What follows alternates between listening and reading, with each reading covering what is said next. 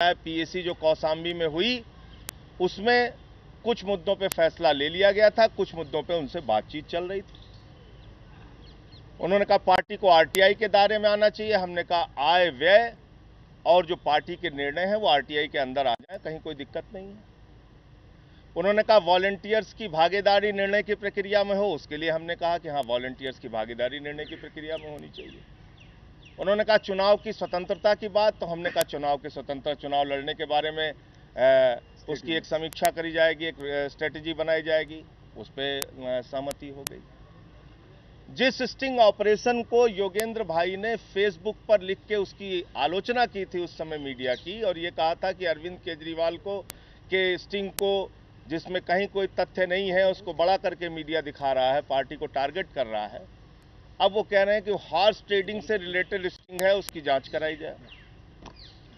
उन्होंने कहा कि राज्यों को स्वतंत्रता होनी चाहिए निर्णय लेने की प्रक्रिया में, राज्यों को अधिकार दिए जाएं। जो अपना पत्र उन्होंने लिखा है 5 पॉइंट का, उस पत्र में वो लिखते हैं कि सेंट्रल लोकपाल को राज्यों में लोकायुक्त नियुक्त करने के लिए उनसे बातचीत करके राज्यों में लोकायुक्त नियुक्त किए जाए। तो राज्यों में लोकायुक्त कौन होगा, ये तो राज्य के पदाधिकारी तय करते हैं। फिर उन्होंने कहा सेक्रेट बैलेट के जरिए सारे फैसले लिए जाएं नेशनल एग्जीक्यूटिव में। अब मेरा सवाल यह है, कल भी मैंने इस बात को कहा था जिसको आज वो सिरे से इनकार कर गए। जब आप सेक्रेट बैलेट के जरिए फैसले लेने की बात करते हैं तो आपको इंतजार करना चाहिए था कि एनसी जब बैठती 28 तारीख को, वो तय करती कि नेशनल एग्जीक्यूटिव में कौन लोग होंगे, नहीं होंगे। बाकायदा इसके बारे में कहा जाता है नहीं 11 लोग रखे जाएं, फिर 8 लोग रखे जाएं, फिर 10 लोग रखे जाएं, फिर 9 लोग रखे जाएं। आशीष खेतान के घर पे बातचीत हुई और इस बात का दबाव बनाया गया और कल यहां तक कह दिया गया कि ये 5 मुद्दे तो कोई बड़े इसकी बात नहीं है, तो 5 मुद्दे की बात खत्म हो गई। अब ये 5 मुद्दे कोई महत्वपूर्ण नहीं है। जो आज वो कह रहे हैं कि 5 मुद्दे ही हमारे लिए सबसे ज्यादा महत्वपूर्ण हैं, कल उन्होंने कहा कि ये 5 मुद्दे कोई बाधा हमारी आपकी बातचीत में नहीं आ रहे हैं। इसके ऊपर पृथ्वी रेड्डी जी और आशीष खेतान जी जो कुछ भी लिख देंगे, जो तय कर देंगे, वो हम लोगों को मान्य होगा। क्योंकि आशीष खेतान ने भी कुछ मुद्दा उठाया था, उन 5 मुद्दों के अलावा कुछ मुद्दे आशीष खेतान ने भी उठाए थे, उसके बारे में भी आशीष जी आपको बताएंगे। तो उन्होंने खुद कहा कि वो हमारे लिए मुद्दा ज्यादा नहीं है और जो कुछ आशीष खेतान और पृथ्वी रेड्डी तय कर देंगे वो हम लोग मान लेंगे। हमने कहा ठीक है, वो भी कहीं कोई बात नहीं है।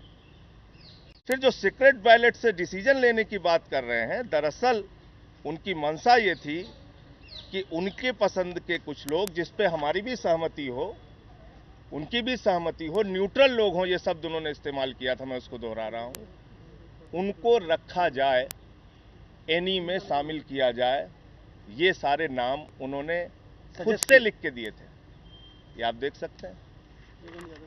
ये योगेंद्र यादव जी ने स्वयं लिख के दिए थे ये सारे नाम। कहां से हम झूठ बोल रहे हैं, कौन सी गलत हम बात कर रहे हैं? आप बार बार कार्यकर्ताओं के सामने हम लोगों को अपमानित करते हैं, पूरे देश में ये मैसेज देते हैं कि हम कार्यकर्ताओं की भावनाओं का ख्याल नहीं रख रहे हैं। वो लोग जो लोग दिन रात पार्टी के लिए काम कर रहे हैं, वो कार्यकर्ताओं की भावनाओं का बिल्कुल सम्मान नहीं कर रहे हैं। अरविंद केजरीवाल जो दिन रात, चाहे गर्मी हो, चाहे ठंडी हो, चाहे बरसात हो, लगातार पार्टी के लिए काम कर रहे हैं, वो कार्यकर्ताओं के लिए ख्याल नहीं रख रहे हैं। आशुतोष नहीं रख रहे हैं, आशीष नहीं रख रहे हैं, हम लोग काम नहीं कर रहे हैं। आपको कार्यकर्ताओं की भावनाओं का ख्याल है?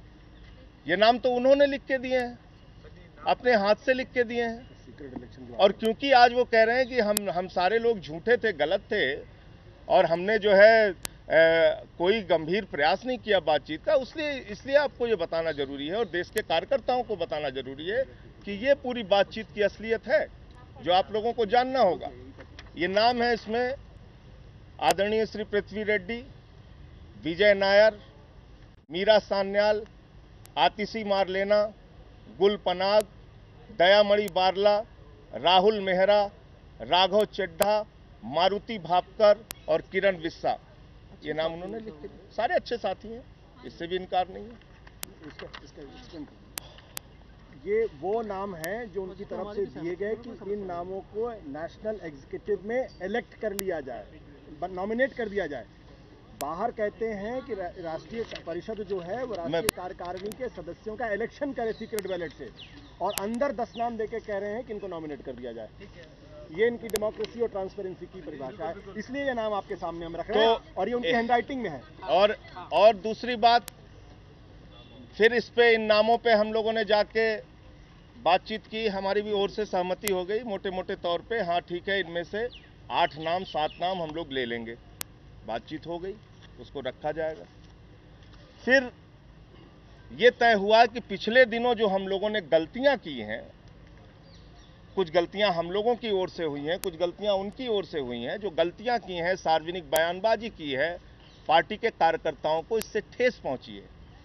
ये बात मैंने उनके सामने रखी, उन्होंने भी इस पे सहमति जताई, बोले ठीक है, सारी बात फाइनल हो गई है। आपको इसलिए बताना जरूरी है कि कल 4 बजे सब कुछ फाइनल हो गया था। किस कारण से गड़बड़ हुआ, इसका जवाब योगेंद्र भाई और आदरणीय प्रशांत जी को देना चाहिए। देश के कार्यकर्ताओं को गलत संदेश और देश की जनता को गलत जानकारी नहीं देनी चाहिए, ये मेरा निवेदन है उनसे। ये उन्होंने माफीनामा लिखा जिसपे हम दोनों लोगों को साइन करना था, उन लोगों को भी करना था, हम लोगों को भी करना था। आम आदमी पार्टी का राष्ट्रीय नेतृत्व पिछले 1 महीने की घटनाओं पर अपने कार्यकर्ताओं, समर्थकों, देश की जनता से माफी मांगती है। हमें खेद है कि दिल्ली की ऐतिहासिक विजय के बाद दिल्ली और देश में जो आशा बंधी थी, उससे इन गलतियों से धक्का लगा है।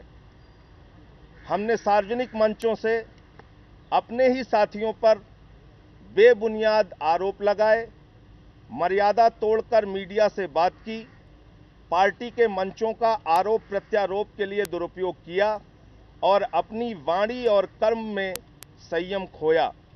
हमें अफसोस है कि हमारी इन गलतियों से पार्टी की छवि को नुकसान पहुंचा है और हमारे कार्यकर्ताओं और समर्थकों को शर्मिंदगी का सामना करना पड़ा है। हम सब यह विश्वास दिलाते हैं कि हम अपनी इन गलतियों से सीखेंगे और भविष्य में एक दूसरे पर सार्वजनिक आरोप प्रत्यारोप, असंयमित बयानबाजी और पार्टी के निर्णय से सार्वजनिक असहमति व्यक्त करने से परहेज करेंगे। ये भी योगेंद्र भाई ने लिखा, इस पे भी हम लोग तैयार हो गए। ये उनकी हैंडराइटिंग है, वो मना नहीं करेंगे, इतना तो झूठ नहीं बोल पाएंगे। तो आप लोग ये देख लीजिए। और अब मैं निवेदन करना चाहता हूं हाथ जोड़कर योगेंद्र भाई से, हाथ जोड़कर निवेदन करना चाहता हूं योगेंद्र भाई से, आदरणीय प्रशांत जी से और अपने तमाम उन सम्मानित साथियों से कि कृपा करके कार्यकर्ताओं को बीच में बार बार लाकर देश की जनता को और कार्यकर्ताओं को गलत सूचनाएं देना बंद करें। हम लोग गंभीर प्रयास कर रहे थे कि ये परिवार बचे। आपने अंतिम समय तक बात की, माफीनामा लिखा, हम सब लोग उस पर तैयार हो गए, नाम दिए, उस पर भी हम तैयार हो गए, लेकिन बावजूद उसके आपने 6:15 बजे मुझे फोन करके कहा अरविंद केजरीवाल और आप लोगों पर कोई भरोसा और यकीन नहीं है। हमारे साथियों को और खुद योगेंद्र भाई ने कहा कि मुझे भी भरोसा नहीं है। इसका मतलब 10 दिन से जो कवायद चल रही थी, जो प्रयास हम लोग कर रहे थे और ये जो हाथ से अपने उन्होंने ये माफीनामा लिखा, ये सब झूठा था, ये गलत था। हमें कोई एहसास नहीं था अपनी गलतियों का। हम जो बातचीत कर रहे थे उसमें हम कोई सुधार नहीं करना चाहते थे, कुछ नहीं करना चाहते थे। तो इसलिए आप सारे लोगों को ये सच मालूम होना जरूरी है, खासतौर से हमारे कार्यकर्ताओं को, कि जो बात कल से हम कह रहे हैं कि बाहर कुछ कहते हैं, अंदर कुछ कहते हैं, बाहर कुछ कहते हैं, अंदर कुछ कहते हैं, वही सच्चाई है, वही सच्चाई है। अब आशीष कुछ कहेंगे।